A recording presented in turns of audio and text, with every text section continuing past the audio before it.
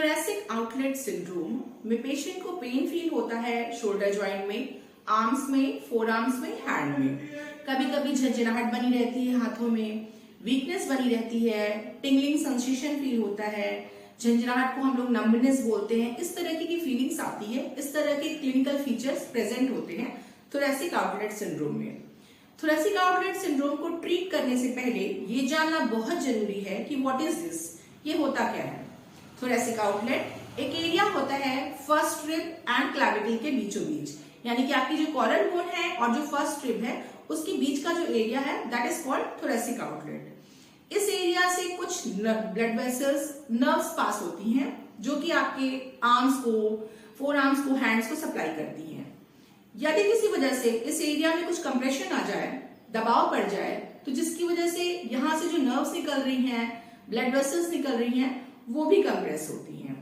और जब वो कंप्रेस होंगे तो पेशेंट्स में ये सारे क्लिनिकल फीचर्स दिखाई देंगे: pain, numbness, tingling sensation, weakness etcetera.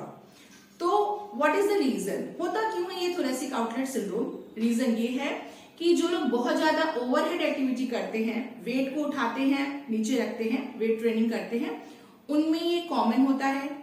Poor posture की वजह से, यानी कि जो बहुत ज्यादा, जैसे आप फोन यूज कर रहे हो, राइटिंग एक्टिविटी कर रहे हो, तो बहुत ज्यादा हेड डाउन एक्टिविटी हो रही है, यहाँ पे प्रेशर बहुत ज्यादा पड़ता है, जिसकी वजह से यहाँ पे नर्व कंप्रेशन होता है। तीसरा, ये प्रेगनेंसी के केस में भी देखा जाता है। तो ये कुछ रीजन है जिसकी वजह से थोरेसिक आउटलेट सिंड्रोम हो जाता है। अब हम बात करते हैं, कुछ लोगों को कंफ्यूजन हो जाता है इसमें कि कहीं ये पेन सर्वाइकल की वजह से तो नहीं है। तो इसके लिए एक सिंपल सा टेस्ट आप अपने घर पे ही कर सकते हो और कंफर्म कर सकते हो कि नहीं, ये सर्वाइकल का नहीं, शायद ये थोरेसिक आउटलेट सिंड्रोम का पेन है।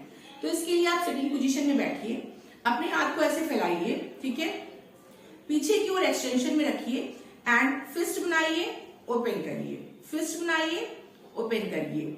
ऐसा करने से क्या होगा, आपका पेन, नंबनेस, टिंगलिंग सेंसेशन बढ़ जाएगा। और अगर बढ़ जाता है इसका मतलब थोरेसिक आउटलेट सिंड्रोम की प्रॉब्लम है। तो इस प्रॉब्लम को ठीक करने के लिए घर में करिए कुछ सिंपल एक्सरसाइज। पहली एक्सरसाइज है कि आप सिटिंग पोजीशन में बैठिए आराम से, रिलैक्स होकर के, ठीक है। अपने हाथ से जिस चेयर पे या स्टूल पे आप बैठे हो उसको पकड़ लो एंड दूसरे हाथ से जो हेड है उसको साइड फ्लेक्शन करिए, अपोजिट। स्ट्रेच करिए, रिलैक्स करिए, फिर से 30 सेकेंड तक होल्ड करिए इसी पोजीशन में, देन छोड़ दीजिए। 30 सेकेंड होल्ड करना है, 3 बार रिपीट करना है, सेम अपोजिट साइड में, स्ट्रेच, रिलैक्स। ओके।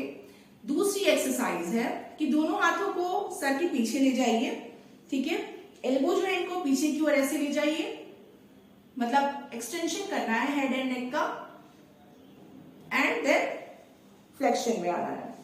तो ये एक्टिविटी भी आपको 3 बार रिपीट करनी है और 30 सेकेंड तक स्ट्रेच करना है, ठीक है।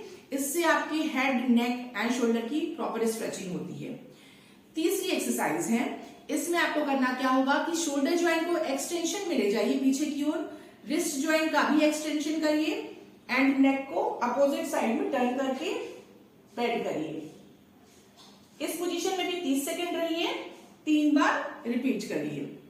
नेक्स्ट एक्सरसाइज है, अपने शोल्डर ज्वाइंट को फ्लैक्शन पोजीशन में ले जाइए सामने की ओर, दूसरे हाथ से रिस्ट ज्वाइंट का एक्सटेंशन करना है, स्ट्रेच करना है। 30 सेकेंड होल्ड, 3 बार रिपीट करिए इसको भी, ठीक है। देन इसी पोजीशन में रिस्ट ज्वाइंट को फ्लेक्स करना है, दूसरे हाथ से हेल्प करिए स्ट्रेचिंग में। तो अगर आप ऐसा करते हो तो जिससे आपको यहाँ पे जो पेन हो रहा था आर्म्स में, फोर आर्म में, इसमें तुरंत का तुरंत रिलीफ मिलेगा, क्योंकि ये बहुत अच्छी स्ट्रेचिंग एक्सरसाइज है आपके आर्म्स के लिए, आपके फोर आर्म्स के लिए, आपके हैंड के लिए। ओके। तो ये सारी एक्सरसाइज करने के बाद लास्ट में आपको रिलैक्सेशन करना है शोल्डर जॉइंट का, हेड एंड नेक का। इसके लिए make a fist and circumduction movement करना है शोल्डर जॉइंट का, क्लॉकवाइज एंड एंटी क्लॉकवाइज। इसको आप कम से कम 15 से 20 बार करेंगे, ठीक है। तो ये कुछ सिंपल एक्सरसाइज है जो कि थोरेसिक आउटलेट सिंड्रोम में करी जाती है और ऐसा करने से ही पेशेंट को बहुत रिलीफ मिलता है और वो अपनी प्रॉब्लम को घर बैठे बैठे ठीक कर सकते हैं। Thank you so much for watching this video.